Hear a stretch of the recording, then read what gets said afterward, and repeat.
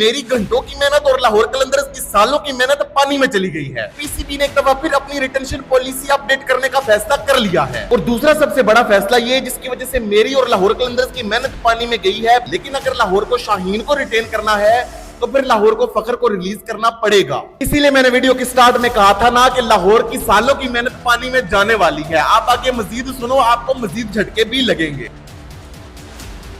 अस्सलाम वालेकुम। अगर तो आपने मेरी पिछली वीडियो देख ली थी तो फिर तो ठीक है, लेकिन अगर नहीं देखी तो फिर देखना भी मत, क्योंकि पाकिस्तान क्रिकेट बोर्ड के एक और दफा क्रिकेट की तरह रंग बदलने की वजह से मेरी घंटों की मेहनत और लाहौर कलंदर्स की सालों की मेहनत पानी में चली गई है। मेरी घंटों की मेहनत और लाहौर कलंदर्स की सालों की मेहनत इस वजह से पानी में गई क्योंकि पीसीबी ने एक दफा फिर अपनी रिटेंशन पॉलिसी अपडेट करने का फैसला कर लिया है। 2 दिन पहले पाकिस्तान सुपर लीग की गवर्निंग काउंसिल का इजलास हुआ, जिसके बाद लाहौर कलंदर्स के chief operating officer Sameen Rana ने मीडिया से बात करते हुए उन्हें इस इजलास में होने वाले 2 बड़े फैसलों के बारे में बताया। अब वो 2 बड़े फैसले क्या थे? पहला फैसला तो ये कि समीन राना ने मीडिया को ये बताया कि पाकिस्तान क्रिकेट बोर्ड और पाकिस्तान सुपर लीग की फ्रेंचाइजीज ने ये डिसाइड कर लिया है कि पीएसएल 2026 में ड्राफ्ट की बजाय ऑक्शन होगा। और दूसरा सबसे बड़ा फैसला ये जिसकी वजह से मेरी और लाहौर कलंदर्स की मेहनत पानी में गई है, पीसीबी ने एक दफा फिर अपनी रिटेंशन पॉलिसी अपडेट करने का फैसला कर लिया है। अब समीन राना के मुताबिक पीएसएल की न्यू रिटेंशन पॉलिसी कुछ इस तरीके से होगी कि हर पीएसएल फ्रेंचाइज हर कैटेगरी में से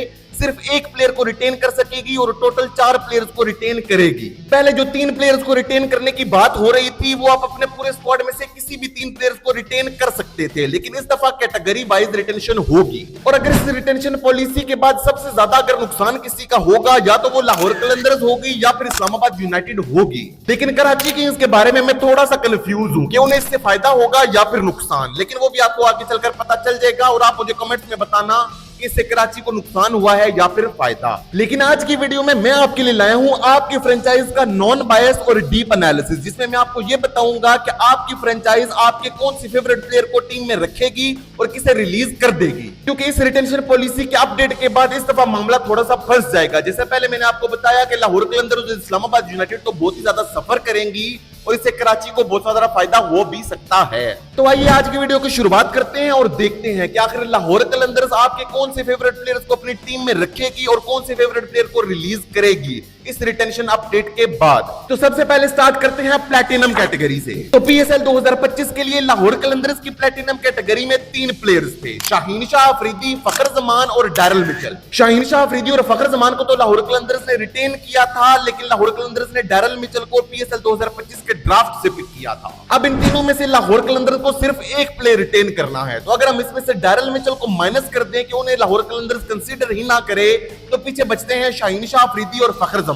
अगर बात की जाए शाहीन शाह अफरीदी की, तो शाहीन शाह अफरीदी लगातार कई सालों से लाहौर कलंदर्स के टॉप परफॉर्मर रहे हैं। यहां तक कि शाहीन शाह अफरीदी की कप्तानी में लाहौर कलंदर्स आखिरी 4 सालों में 3 टाइटल्स भी जीत चुकी है। और अगर शाहीन शाह अफरीदी की परफॉर्मेंस पीएसएल 2025 में देखी जाए तो शाहीन ने 19 विकेटें भी हासिल की थी, सिर्फ 7.76 की इकोनॉमी के साथ। तो ये बात तो कंफर्म है कि लाहौर कलंदर्स किसी भी सूरत में शाहीन शाह अफरीदी को तो रिलीज नहीं करने वाला, लेकिन लाहौर कलंदर्स फखर जमान को भी रिलीज नहीं करना चाहता होगा। अगर आप पीएसएल 2025 की एग्जांपल ही लेते हो, जब लाहौर कलंदर्स ने अपनी तीसरी पीएसएल ट्रॉफी लिफ्ट की थी तो फखर जमान लाहौर कलंदर्स के टॉप स्कोरर थे विद 439 रन। इसके साथ साथ फखर जमान का स्ट्राइक रेट भी बड़ा ही इंप्रेसिव था, जहां पर उन्होंने 152 के स्ट्राइक रेट के साथ बैटिंग की थी और मल्टीपल 50s भी स्कोर की थी और लाहौर को वो टाइटल जितवाने में उनका बहुत बड़ा हाथ था। इसलिए फखर जमान तो वो प्लेयर नहीं है जिसे लाहौर रिलीज करना चाहेगी, लेकिन अगर लाहौर को शाहीन को रिटेन करना है तो फिर लाहौर को फखर को रिलीज करना पड़ेगा। इसीलिए मैंने वीडियो के स्टार्ट में कहा था ना कि लाहौर की सालों की मेहनत पानी में जाने वाली है। आप आगे मजीद सुनो, आपको मजीद झटके भी लगेंगे। अब चलते हैं डायमंड कैटेगरी की तरफ। तो पीएसएल 2025 के ड्राफ्ट में लाहौर कलंदर्स की डायमंड कैटेगरी में 3 प्लेयर्स शामिल थे,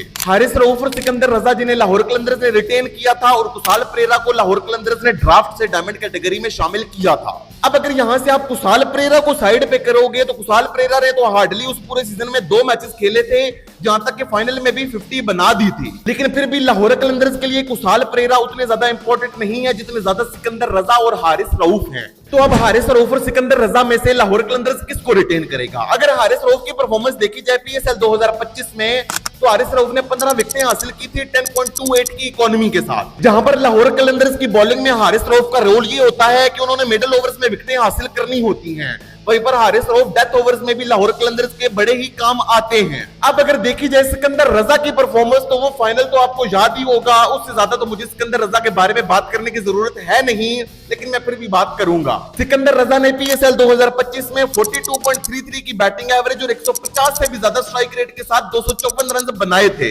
इसके साथ साथ सिकंदर रजा ने पीएसएल 2025 में 10 विकेटें भी हासिल की थी सिर्फ 7 की इकोनॉमी के साथ, और ऐसी ऑलराउंड परफॉर्मेंस लाहौर कलंदर्स सिकंदर से एक्सपेक्ट करती है और इसी वजह से उन्हें पीएसएल 2025 के ड्राफ्ट से पहले रिटेन किया गया था। लेकिन इस दफा लाहौर कलंदर्स को यह डिसीजन लेना है कि या तो उन्हें हारिस रऊफ चाहिए या फिर सिकंदर रजा चाहिए, दोनों तो नहीं हो सकते।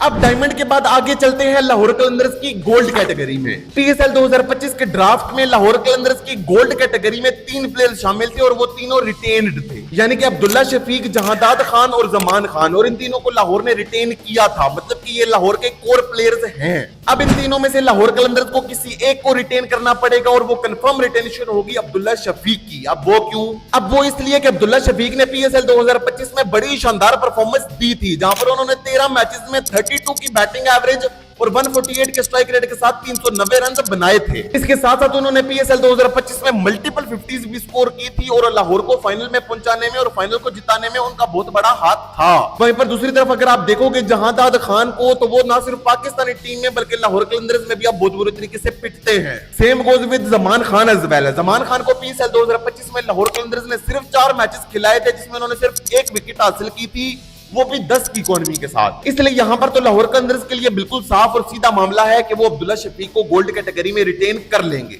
अब गोल्ड के बाद आएगी सिल्वर कैटेगरी और यहां पर लाहौर के लिए मामलात मजीद गर्म होंगे। पीएसएल 2025 में लाहौर कलंदर्स की सिल्वर कैटेगरी में थे रिशाद हुसैन, आसिफ अली, आसिफ अफरीदी और मोहम्मद अखलाक। अब यहां से लाहौर कलंदर्स की कंफर्म रिटेंशन होने वाली है रिशाद हुसैन। अब रिशाद हुसैन ने पीएसएल 2025 में बड़ी शानदार परफॉर्मेंस दी थी, जहां पर उन्होंने 7 मैचेस में 7.1 की इकोनॉमी के साथ 13 विकेटें हासिल की थी और लाहौर को वो फाइनल मैच जितवाने में अहम किरदार अदा किया था। रिशाद हुसैन राशिद खान की रिप्लेसमेंट के तौर पर ऐसा लेग स्पिनर आए थे लाहौर कलंदर्स की टीम में और उन्होंने ऑलमोस्ट राशिद खान वाला काम कर दिया था। सिल्वर कैटेगरी के बाद आएगी इमर्जिंग कैटेगरी और इमर्जिंग कैटेगरी में तो लाहौर कलंदर्स के टॉप परफॉर्मर थे मोहम्मद नईम। मोहम्मद नईम ने पीएसएल 2025 में 164 के स्ट्राइक रेट के साथ 315 रन बनाए थे और प्लेऑफ्स और फाइनल में भी उनकी बहुत बड़ी कंट्रीब्यूशन थी। अगर लाहौर कलंदर्स प्लैटिनम में से शाहीन को रिटेन करता है, डायमंड में से हारिस रऊफ को रिटेन करता है और गोल्ड में से अब्दुल्ला शफीक को रिटेन करता है, तो फिर लाहौर कलंदर्स की रिटेंशन की 3 स्पॉट्स फुल हो जाएंगी। तो पीछे बचती है 1 स्पॉट और उस 1 स्पॉट के लिए 2 कंटेंडर्स हैं, रिशाद हुसैन और मोहम्मद नईम। लेकिन मेरे ख्याल से लाहौर कलंदर्स जाएगी मोहम्मद नईम के लिए, क्योंकि मोहम्मद नईम एक इमर्जिंग प्लेयर है और आपको इमर्जिंग प्लेयर अपनी प्लेइंग 11 में लाजमी खिलाना पड़ता है। और इस इमर्जिंग प्लेयर के रूल की वजह से बहुत सारी टीम्स वीक भी हो जाती है क्योंकि उनका इमर्जिंग प्लेयर इतना अच्छा नहीं होता। इसी वजह से मेरे ख्याल से तो लाहौर कलंदर्स जाएगी मोहम्मद नईम के साथ। मतलब कि इस दफा लाहौर कलंदर्स जिस तरफ भी देखेगी उनके लिए तबाही ही है, क्योंकि उन्हें अपनी प्रोडक्ट्स, अपने तैयार किए हुए प्लेयर्स को जाने देना पड़ेगा और शायद वो किसी और टीम के लिए भी खेलें। तो ये तो थी पीसीबी की क्रिकेट की तरह रंग बदलने और इससे लाहौर कलंदर्स कैसे इफेक्ट हुआ उसकी फरसूदा कहानी। नेक्स्ट वीडियो में हम ये डिस्कस करेंगे कि पीएसएल की बाकी फ्रेंचाइजीज इस रिटेंशन पॉलिसी की वजह से कैसे इफेक्ट हुई हैं। So that's it for the day. Until next time, stay safe, stay healthy and keep watching. Allah Hafiz.